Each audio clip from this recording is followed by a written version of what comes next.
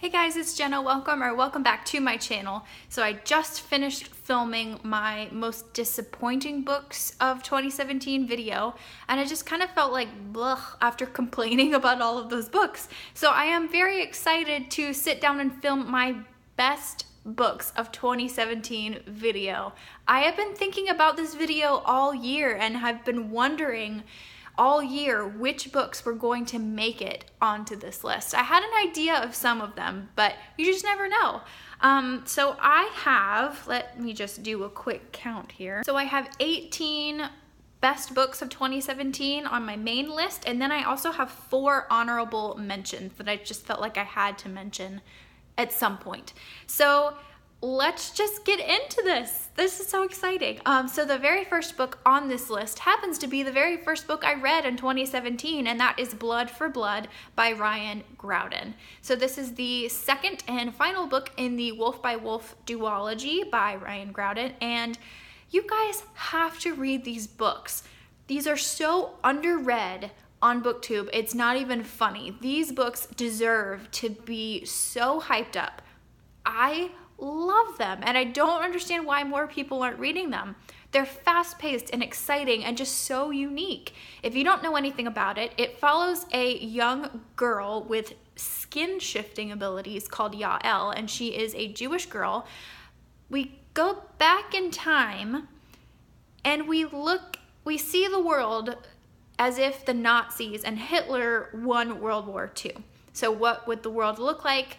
And it's just, there's a lot to it, and it sounds a little bit strange, especially when you throw in the skin shifting abilities, but just trust me. The first book, I think, has a little bit more of an edge over the second book, because the first book, there's this big motorcycle race that our main character is entered in, so it kind of has that competition element to it that just makes books even more exciting. But the second book, you get a lot more character development, and just there's so much happening, and I can't recommend them highly enough.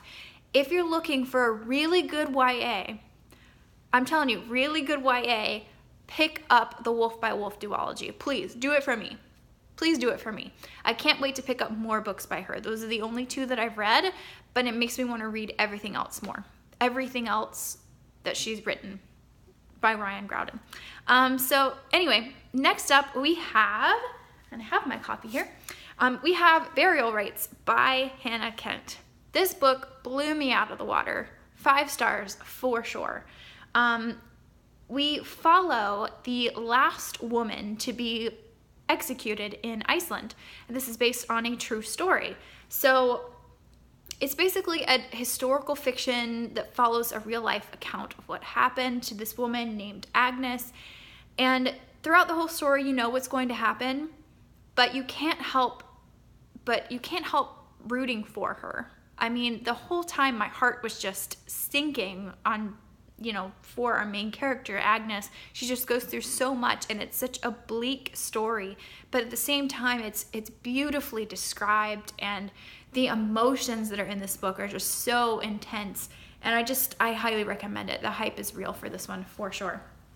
The next book that I have to mention, I've talked about tons on my channel, is The Bear and the Nightingale by Catherine Arden. This book is just, it's everything that I love in a book. There's fantasy elements to this, there's a little bit historical fiction, there's magic, there's this epic Russian wintry setting, and it's based on Russian folklore, so there's kind of like a fairy tale retelling in there as well.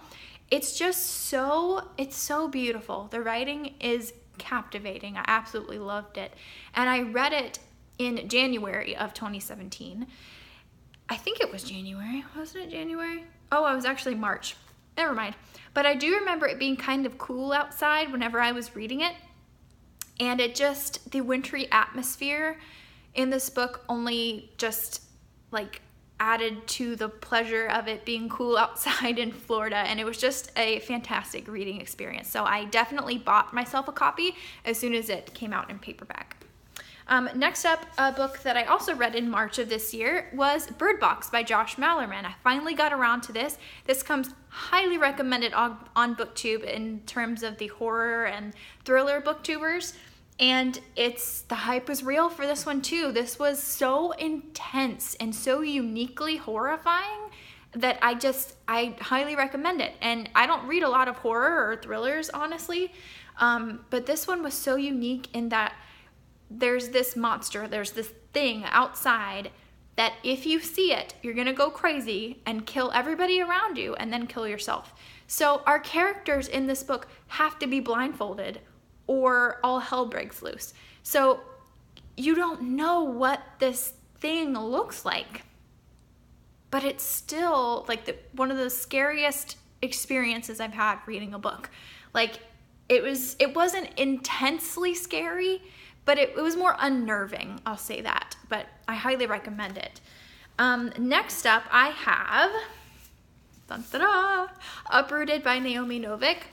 I loved this. This might be, I have some of them highlighted on this list as for like contenders for the best book of the year, in my opinion.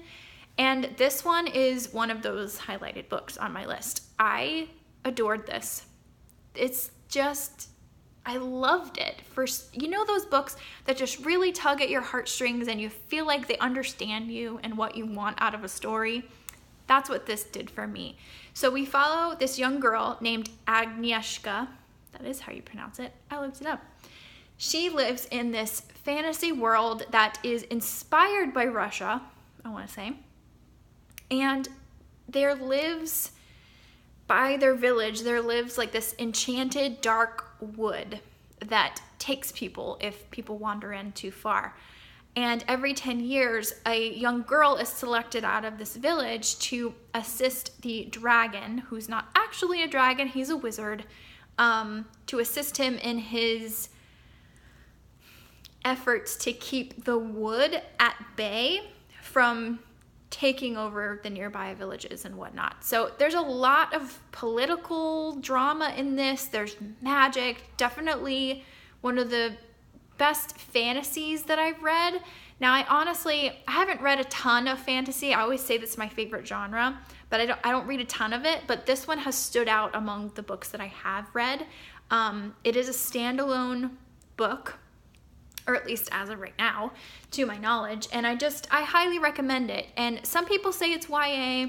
I think it's on the line between YA and adult, but if you're looking for a good standalone fantasy, I highly recommend this.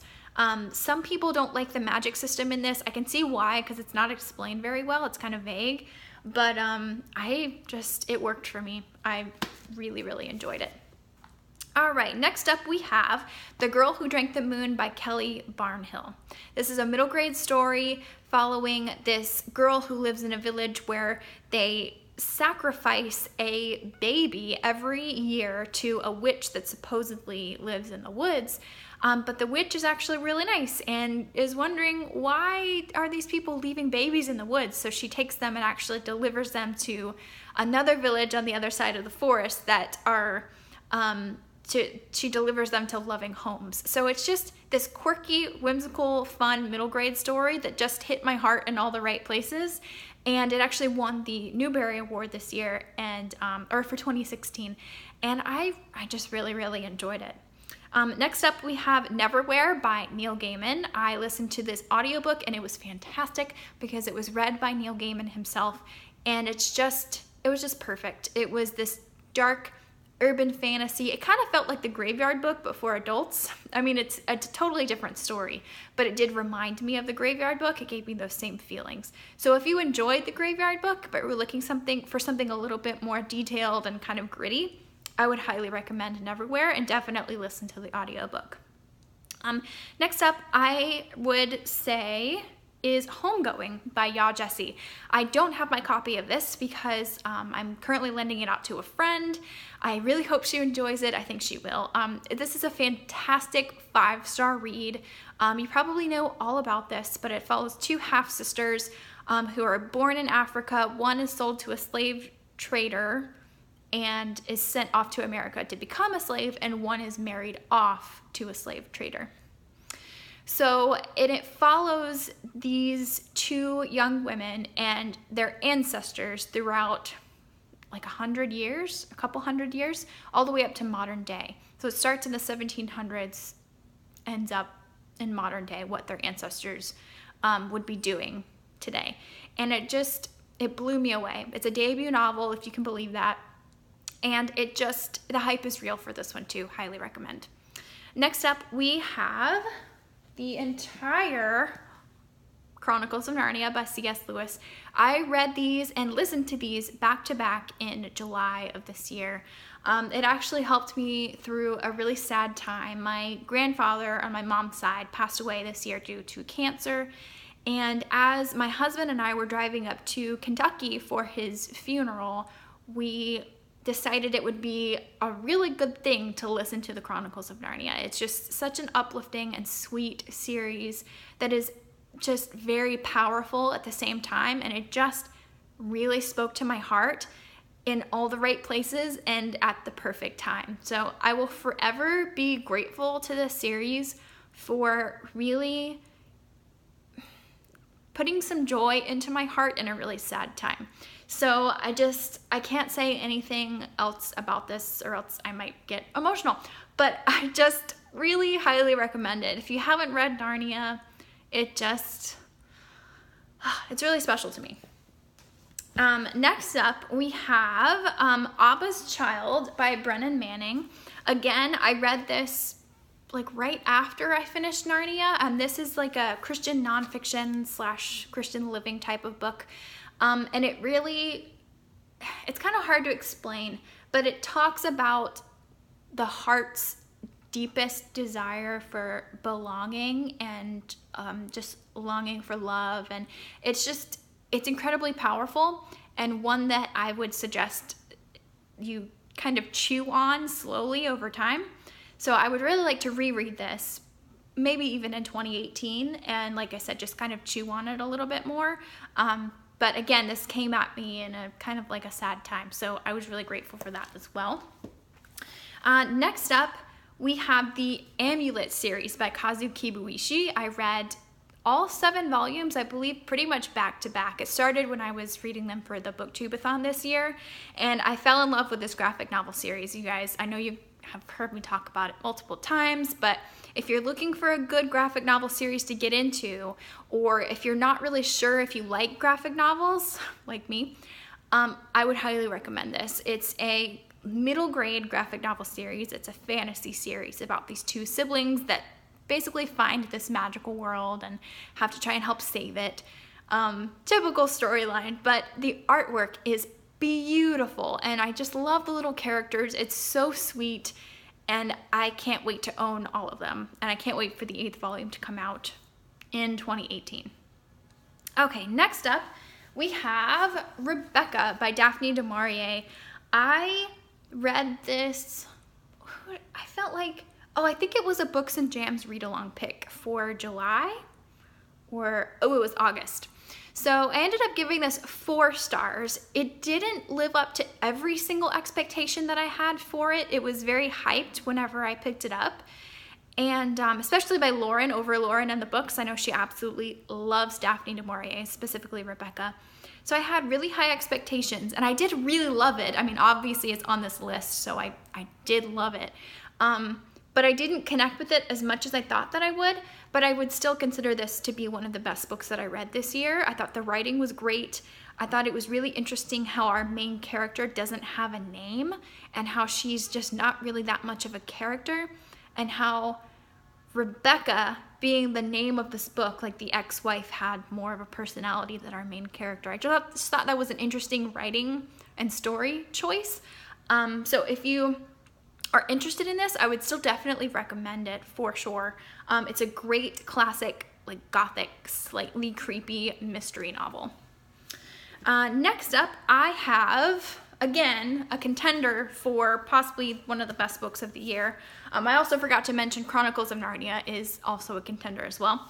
But we have It by Stephen King.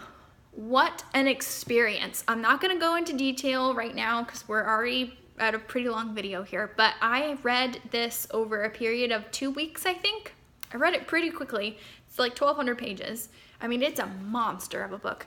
If you're interested in hearing my thoughts on this, definitely check out my It reading vlog that I did. It's like over 20 minutes long where I just talk about my experience reading this. I gave it 5 stars because I just thought it was a masterpiece, and I fell in love. Well, I didn't really fall in love with the characters, but you feel like you know these characters because the book is so long and we get so many details about each one of them that at the end of it, you just feel like you really know them. And I thought that was incredible, that ability for a writer to do for their characters. So it was interesting, to be sure, but I loved it. Next up, we have, again, another contender for the best book of the year, in my opinion, and that is Anne of Green Gables by Ellen Montgomery. This book, you guys, it just made me smile. I almost said smile out loud. That doesn't make any sense at all. But this book just brought me so much joy. I fell in love, like absolute love, with Anne, with Green Gables, with Matthew, and Marilla. And I just cannot wait to read the rest of this series. I am so glad that I finally made 2017 the year that I read Anne of Green Gables. I highly recommend it. It's incredible. So sweet. Next up, I wanted to mention The Adventurers Guild by Zach Lauren Clark. And there's another author whose name I can't remember, but it's 2 male authors who wrote this together. This is the first book in a new middle grade fantasy series following these group of characters in this fantasy world where their city is surrounded by this wall, and we get details as to like how the city was formed and what's outside the walls, and there's different guilds in this city, and one of them is called the Adventurers Guild, and those are the only people that can go outside the wall, if I'm remembering correctly. And lo and behold, our main characters are kind of sorted into the Adventurers Guild, and there's a lot of setup in this book, but I loved it because it made the world incredibly rich and dynamic, and I felt very detailed for a middle grade story. So if you're looking for a good middle grade book, and if you like fantasy, I highly recommend The Adventurers Guild.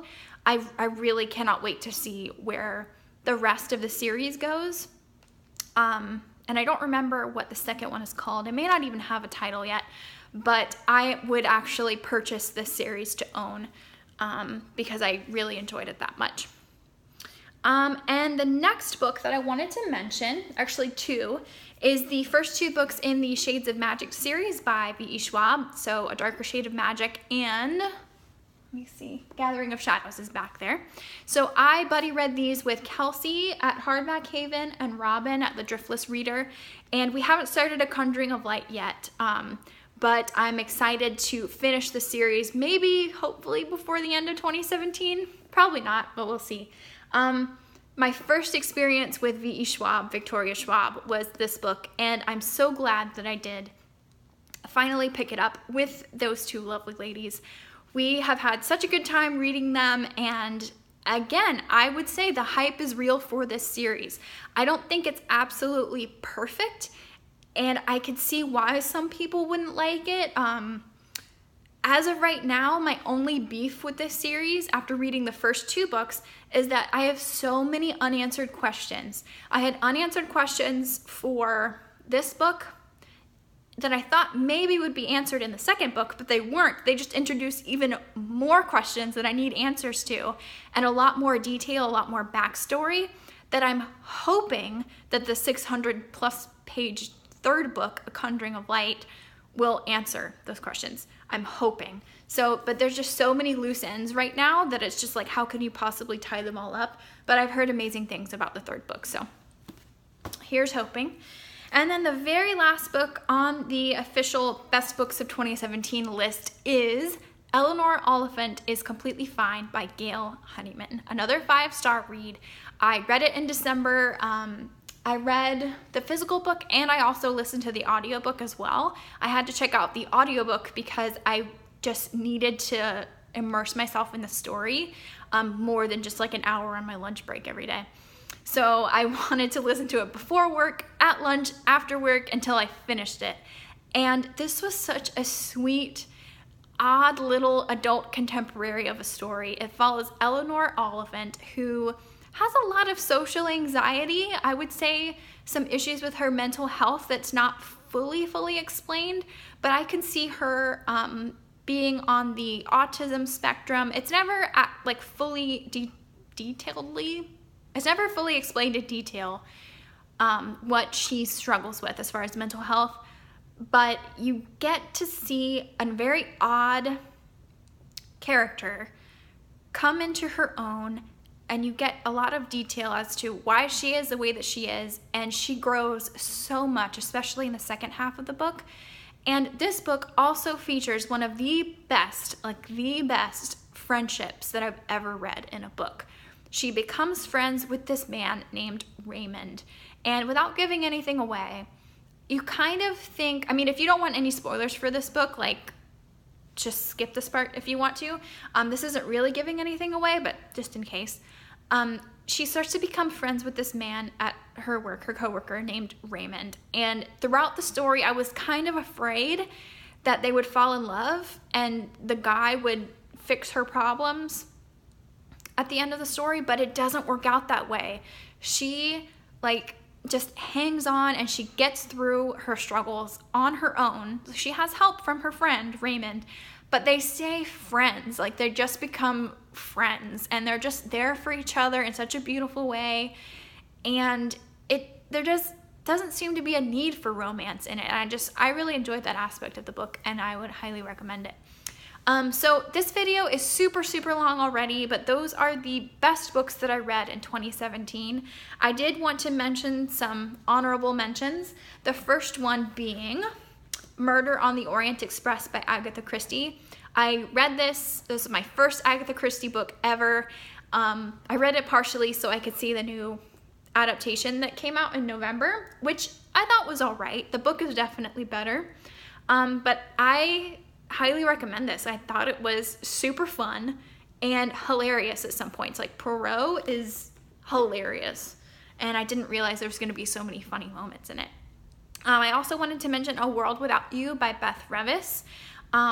Best YA contemporary I've ever read. I gave it 4 stars because contemporaries just always leave me wanting in some way, shape, or form. It's just not my genre, but this one really impressed me, and I would highly recommend that one. I also wanted to recommend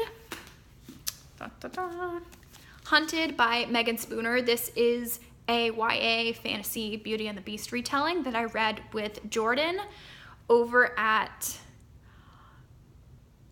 I can't remember her channel name. She hasn't been posting videos a lot recently.